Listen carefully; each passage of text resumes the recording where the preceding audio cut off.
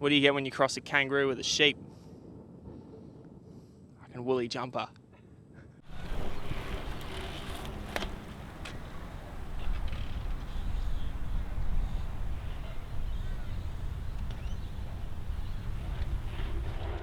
Hello, I'm Hayden Wright, and I ride for the Riders and NS Dynamics.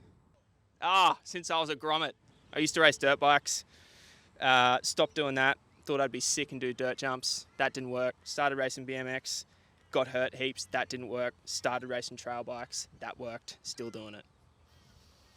I have had NS Dynamics stickers on my suspension since I bought a Trance in 2012. The fork was shit, and they made it a little less shit, but there wasn't much they could do, and they were very honest about that, which was awesome. So since then, I've been going there, built a really good personal relationship with them to the point now where basically ride for them, have all their stuff, and I absolutely love it.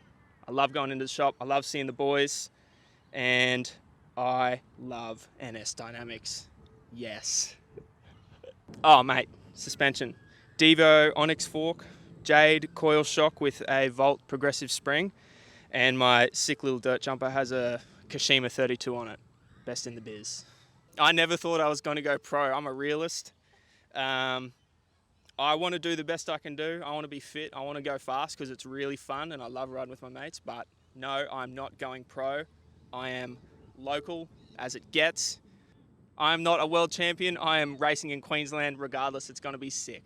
I'm going to race mountain bikes. I'm going to race road. I'm going to race BMX. I can't wait. Give me some racing, please.